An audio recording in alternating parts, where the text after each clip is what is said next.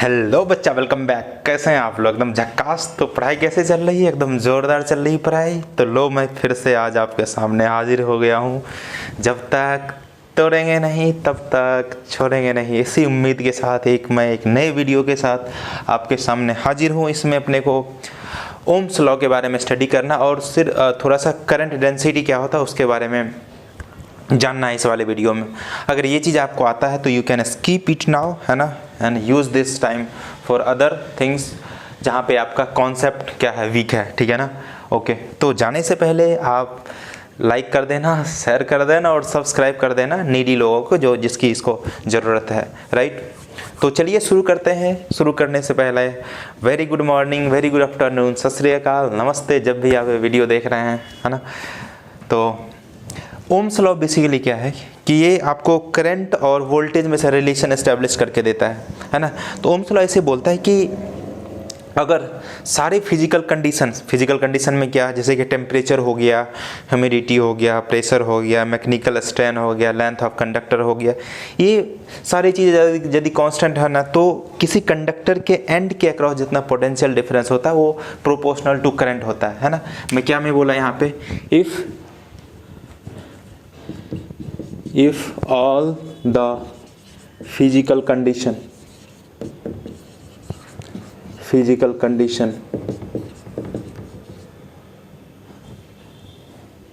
like, लिख देते हैं physical condition like length of physical condition of conductor लिखा है, condition of a conductor like length of conductor, temperature, pressure, humidity, mechanical strain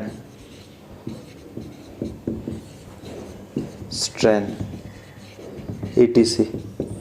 ये सब चीज़ें अगर कांस्टेंट हो, है ना, रिमेन सेम, इसको ब्रैकेट में लिख दिया, रिमेन्स सेम, है ना। ये सब चीज़ें अगर सेम हो then potential difference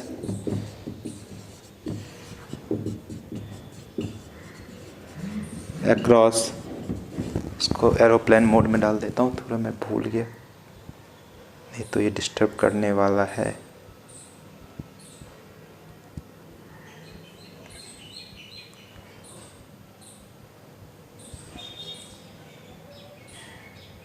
okay ji. The potential difference across the end of a conductor is proportional to current I.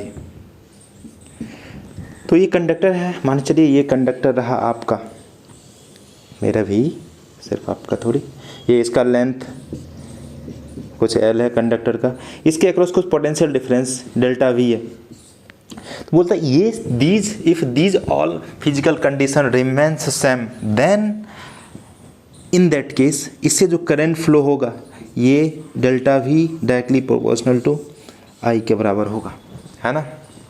Delta V directly proportional to I. यही प्रोपोर्शनलिटी कांस्टेंट को आप अगर हटाते हैं तो डेल्टा वी इक्वल्स टू आप लिखते हो आई इंटू आर। आर क्या है? रेसिस्टेंस।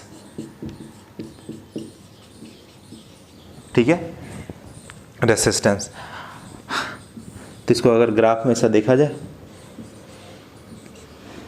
ये वी रहा, ये आई रहा, है ना। अगर सब कंडीशन सेम है तो ये स्ट्रेट लाइन इसका ऐसा ग्राफ बनता है ना। यहाँ से थीटा एंगल बना दो, ये क्या हो गया? स्लोप, है ना। ये तो स्लोप है अपना, तो slope equals to tan theta equals to V by I, जो है आर के बराबर, और यह कांस्टेंट होता है। लेकिन ये सब कंडीशन कांस्टेंट मतलब फुलफिल करेगा तभी जाके ऐसा, है ना, आर के बराबर होगा, विच विल बी कांस्टेंट। लेकिन रियल लाइफ में ऐसा थोड़ी होता है, ठीक है ना। तो ये होता है। अच्छा, इसका प्रूफ क्या है कि, है ना, ये आर की वैल्यू कांस्टेंट हो, तो मैं ऊपर वाला थोड़ा सा मिटाने की कोशिश करता हूँ। आपको समझ में आ रही क्या? समझ में आ रही क्या आपको? रुकिए, ये पेंजा, सॉरी गाइस, ये आप पॉज करके छाप लेना। छापो रे छापो रे छापो रे।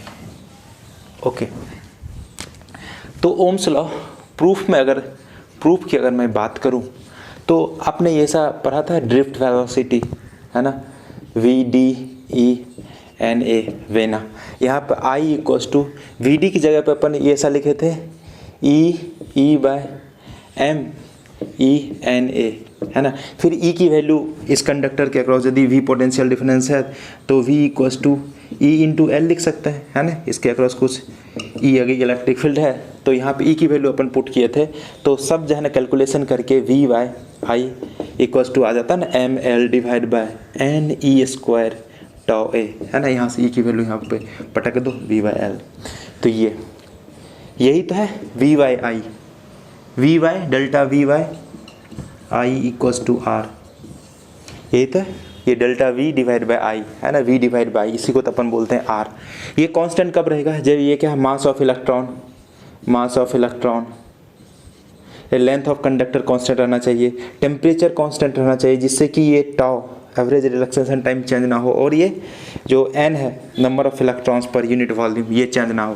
तो ये सारा कंडीशन अगर फुलफिल करता है, then in that case delta V proportional to I होगा, ठीक है ना। तो ये इसके प्रूफ है, delta V by I equals to mL divide by NE² tau. तो कुछ भी टेम्परेचर अगर चेंज होगा तो ये वैल्यू चेंज हो जाएगा, ये वैल्यू चेंज हो जाएगा, तो resistance is not remains constant, है ना, रेजिस्टेंस चेंज हो जाएगा, है ना। ये सब वैल्यू चेंज, कोई भी टेम्परेचर अगर चेंज हो गया चेंज हो जाएगा, लेंथ चेंज हो जाएगा चेंज हो जाएगा, है ना। तो ये सब कांस्टेंट रहेगा तभी जाके ये वैलिड है। ओके, ठीक है।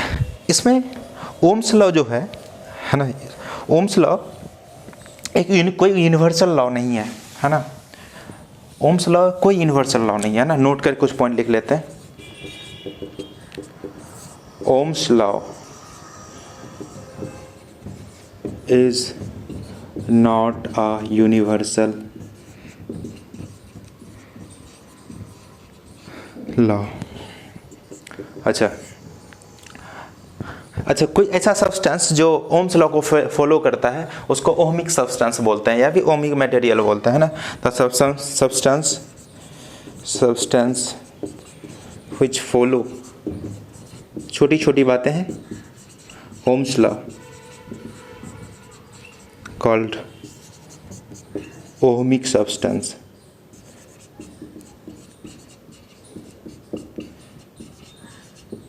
ठीक है। रेसिस्टेंस का जो उल्टा होता है उसको कंडक्टेंस बोलते हैं। कंडक्टेंस क्या हो जाता है? Conductance is 1 divide by resistance, ठीक है। तो ये हो गया। ओके, इसको हटा दूँ। ये 2-3 पॉइंट है, आप ध्यान में रखना इसको। ठीक है, ठीक है, ठीक है, ठीक है, ठीक है, ठीक। चलिए,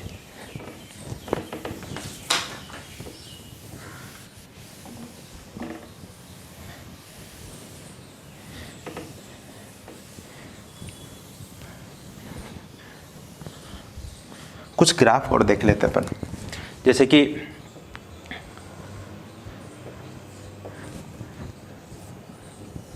कोई एक गुड कंडक्टर है ना, इसका V वर्सेस कोई I ग्राफ है ना। तो V वर्सेस I में अगर ग्राफ आप देखते हैं तो ये जो है ना स्ट्रेट लाइन, कोई एक कुछ टाइम तक तो स्ट्रेट लाइन चलता है ना।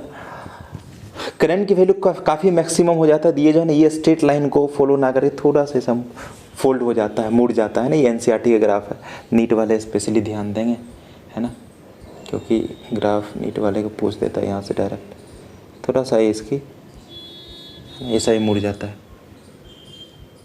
है ना। एट हायर टेम्परेचर, एट ऐसे higher current I, it does not follow Ohm's law, ये तो हो गया है।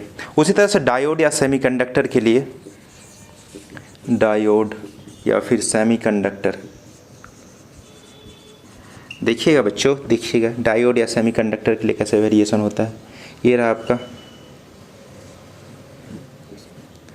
अच्छा यहाँ पे करंट को रखते हैं, यहाँ पर ये वाला पूरा करंट वाला रीजन हो गया। ये डायोड के लिए ग्राफ कुछ ऐसा बनता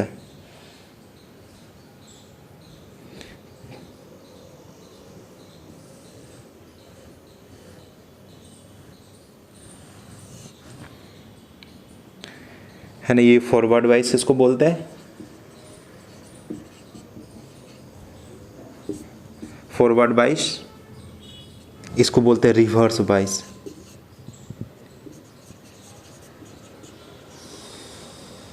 ये वोल्टेज वर्सेस आई का ग्राफ देखिए चेंज हो रहा है ना, ये फिक्स नहीं है, स्ट्रेट लाइन नहीं है, it is going to change है ना, it is not remains constant, ठीक है ना। तो ये चेंज हो रहा है, ये इसको रिवर्स बायस, इसमें माइक्रो एम्पियर में करंट फ्लो होता है, ये ऊपर में करंट मिली एम्पियर में फ्लो होता है ना।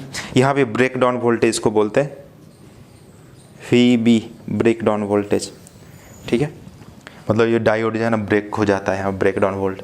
अच्छा उसी तरह से एक GaAs है ना, मटेरियल है, उसके लिए जो ग्राफ बनता है GaAs है ना, नीट वाले बेसिकली इसको ध्यान में रखने का, ये डायरेक्ट पूछ देगा है ना, GaAs मटेरियल है उसके लिए ग्राफ कैसा बनेगा है ना, तो आप ध्यान में रखना इसको। यहाँ पर भी करंट वर्सेस वोल्टेज V,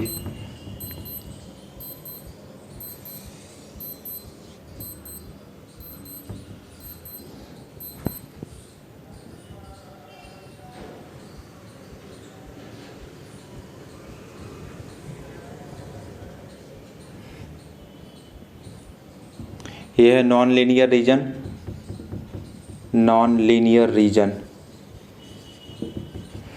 यह है निगेटिव रेसिस्टेंस रीजन है, रेसिस्टेंस निगेटिव हो रहा है, निगेटिव,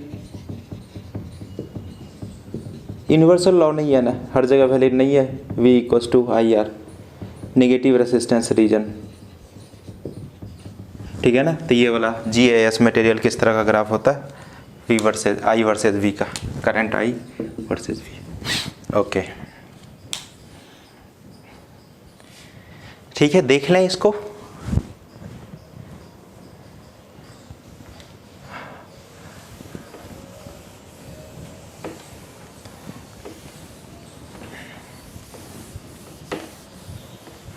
अच्छा अगर टेम्परेचर इसमें बढ़ाएंगे, जैसे देखिए कोई एक आपका कंडक्टर है, ओम्स लॉ मान के, ओमिक रेजिस्टेंस है ना, ओमिक मटेरियल, वो वैल्यू AV वो फॉलो कर रहा है ओम्स लॉ को। देखिए ये टेम्परेचर T1 पे ऐसा ग्राफ जा रहा है, ये टेम्परेचर T2 पे जा रहा है ग्राफ, किसकी रेजिस्टेंस ज़्यादा होगी?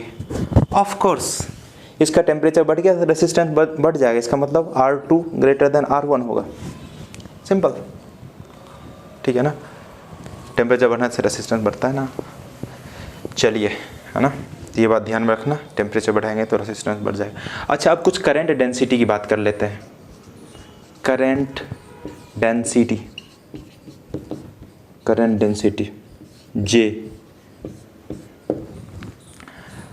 तो current density for a conductor define होता है ratio of current per unit area, है ना। It is defined as current per unit cross sectional area. मान चलिए कोई आपका सुंदर से कंडक्टर है, क्या समझ में आ रही क्या बात? अब एक सुंदर सा कंडक्टर जिसमें करंट I फ्लो हो रहा है, यहाँ से I करंट फ्लो हो रहा है, और इसका जो है ना ये जो एरिया है A है, तो उसमें करंट डेंसिटी आपको कैलकुलेट करना, कितना डेंसिटी है करंट की, तो उसको J से रिप्रेजेंट किया जाता है, और एक वेक्टर है होता है, तो I/A। कोई यूनिफॉर्म करंट है, करंट मतलब यूनिफॉर्म है, यहाँ जो करंट यहाँ वही करंट यहाँ पर जा रहा है, तो I/A, ठीक है ना। ये हो गया I/A, इसका ऐसा यूनिट क्या हो जाएगा, ऐसा unit ampere per metre square, ठीक है ना। अच्छा, इसका डायरेक्शन जो होता है ना, ये बात आप ध्यान में रखना, जो करंट डेंसिटी का डायरेक्शन होता है वो करंट के डायरेक्शन के पैरेलल होना चाहिए, है ना। It must be in the direction of current, है ना। तो direction of J vector must be in the direction of current, या फिर यूँ बोले कि डायरेक्शन क्या होना चाहिए, direction of J parallel to होना चाहिए एरिया वेक्टर, और डायरेक्शन ऑफ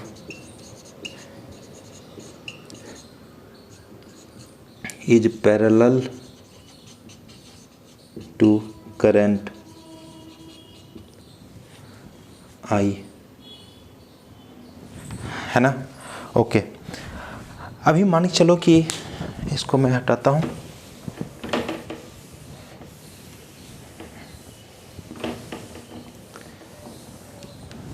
कितना कटर कटर करता है।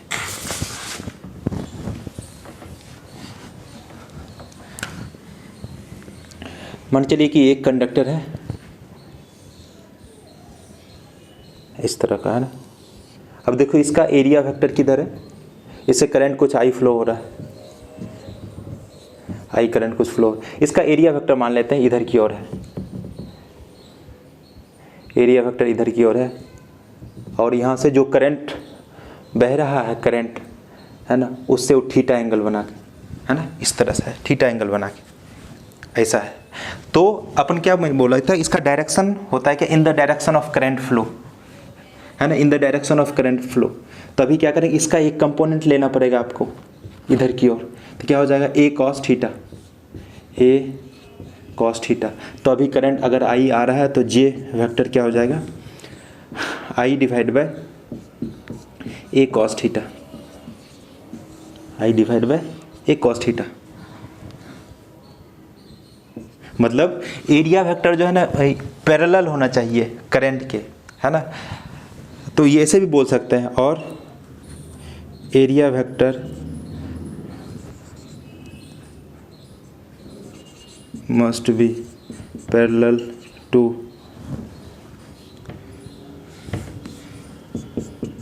Area vector must be parallel to current I, और area must be perpendicular to current flow. ये बात समझ में आई आपको क्या? करंट मान चलो इधर से ऐसे निकल रहा है, तो एरिया वेक्टर क्या होता है, क्लोज सरफेस के लिए एरिया वेक्टर क्या होता है, आउटवर्ड नॉर्मल, है ना। इस पे मैं नॉर्मल ड्रॉ किया, ये आउटवर्ड नॉर्मल है, यहाँ पर मैं एक नॉर्मल ड्रॉ करूँगा तो ये एरिया वेक्टर आ जाएगा। तो करंट का डायरेक्शन एरिया वेक्टर का डायरेक्शन सेम होना चाहिए, ठीक है ना।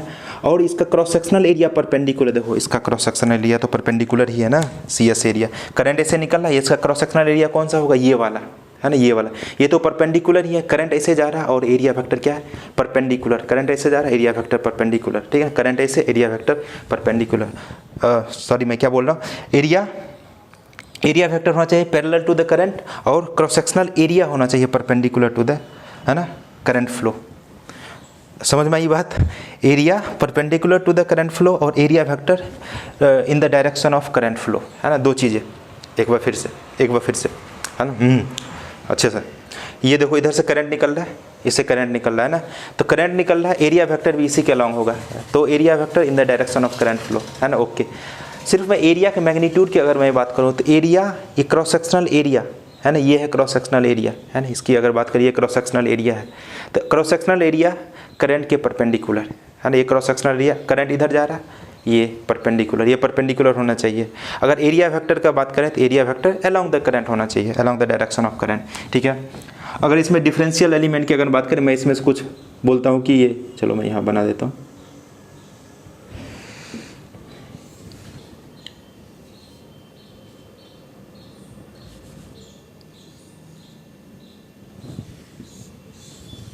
इसमें छोटा सा अपन एरिया वेक्टर कट कर लेते हैं। Current is all already going in this direction है ना। एरिया वेक्टर इसमें छोटा सा एरिया वेक्टर कंसीडर करते हैं DA। अब देखिए ये एरिया वेक्टर किस में होना चाहिए, area vector must be in the direction of current flow. Current इधर जा रहा है, एरिया वेक्टर इधर की ओर ही होना चाहिए है ना, इधर की ओर होना चाहिए। क्या हो जाएगा DA cos theta, DA cos theta है ना, थीटा इधर एंगल बना रहा है तो DA cos थीटा। अच्छा ये पूरे क्रॉस सेक्शन से I करंट जा रहा था, इससे कितना करंट आ रहा होगा, DI करंट आ रहा होगा। तो एरिया ये जो J की वैल्यू लिखेंगे करंट डेंसिटी क्या लिखेंगे यहाँ पे, DI divide by DA cos theta, ठीक है ना। आपने सिर्फ जाके ये बात ध्यान रखना, जो एरिया वेक्टर ये है ना, ये होना चाहिए किसके डायरेक्शन में, ये इन the direction of current flow होना के डायरेक्शन होना चाहिए, और एरिया परपेंडिकुलर होना चाहिए करंट के, ठीक है ना।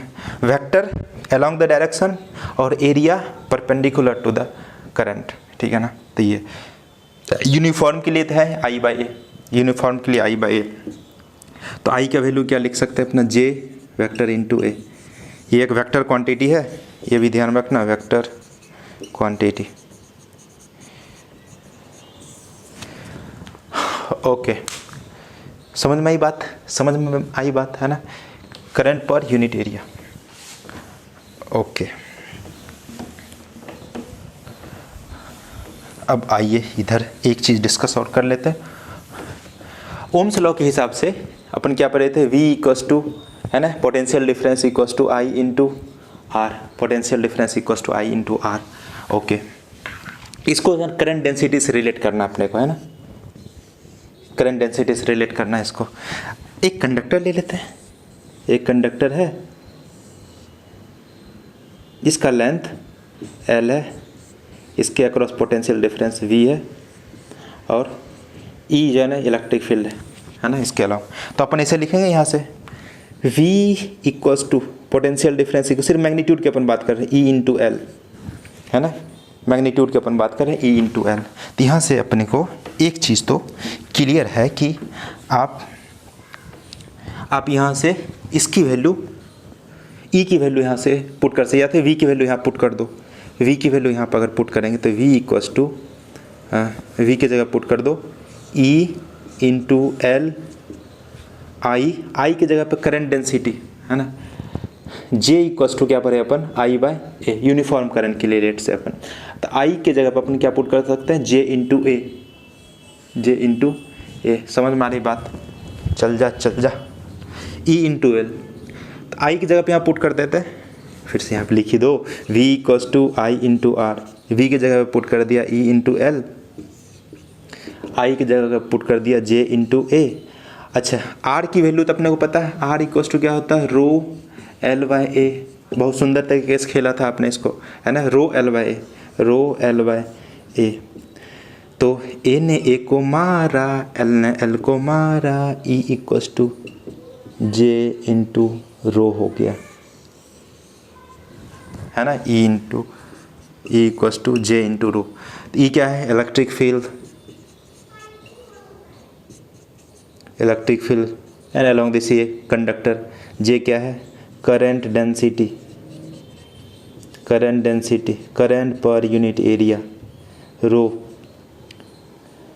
ये तो रेसिस्टिविटी है, इसके बारे में ऑलरेडी अपन डिस्कस कर चुके हैं पिछले लेक्चर में है ना, पिछले लेक्चर में रेसिस्टिविटी का पूरा खतियान इसके बारे में मैंने बता दिया था। अच्छा इसको आप एक तरीके से और भी लिख सकते हैं, आपकी इच्छा हो तो। ये रेसिस्टिविटी को 1 डिवाइड बाई कंडक्टिविटी भी लिखते हैं ना, है ना। तो इसको आप इस तरह से लिख सकते हैं, E इक्वल्स टू J, इसको तो अपन 1 डिवाइड बाई रो भी लिख सकते हैं। तो रो 1 डिवाइड बाई सिग्मा लिख सकते हैं, ये तो रो तो लिखा हुआ, सिग्मा मतलब ये कंडक्टिविटी। तो sigma equals to J by E है ना, या फिर इसको अपन J इक्वल्स टू सिग्मा इंटू E लिख सकते हैं। ये क्या हो गया, कंडक्टिविटी। रेसिस्टिविटी को उल्टा कंडक्टिविटी। तो ये था इसका है ना रिलेशन है ना, ये रिलेशन आप ध्यान में रखना, और ये रिलेशन ध्यान में रखना। ये रिलेशन है करंट डेंसिटी, इलेक्ट्रिक फील्ड और रेसिस्टिविटी के बीच में, ये current density, conductivity and electric field के बीच में ये रिलेशन है ना। तो इस पर डायरेक्ट ऐसा क्वेश्चन नहीं है अपने पास, है ना, तो इसको थ्योरेटिकली क्वेश्चन पूछ सकते हैं, तो ये वाला रिलेशन आप भी यूज करना, है ना। ओके, तो ये था all about from the Ohm's law. अब अपने को ओम्स लॉ के का फर्दर जो है ना रेजिस्टेंस के बारे में, रेजिस्टेंस आप कैसे कैलकुलेट करते हैं, सीरीज कॉम्बिनेशन, पैरेलल कॉम्बिनेशन और ही पोटेंशियल मेथड, व्हीटस्टोन ब्रिज और मिरर सिमेट्री, फोल्डिंग सिमेट्री, है ना, बहुत तरह का सिमेट्री के बारे में भी जानेंगे। और उससे एकदम मक्खन की तरह क्वेश्चन को क्या कर देंगे, धुआं धुआं कर देंगे, है ना।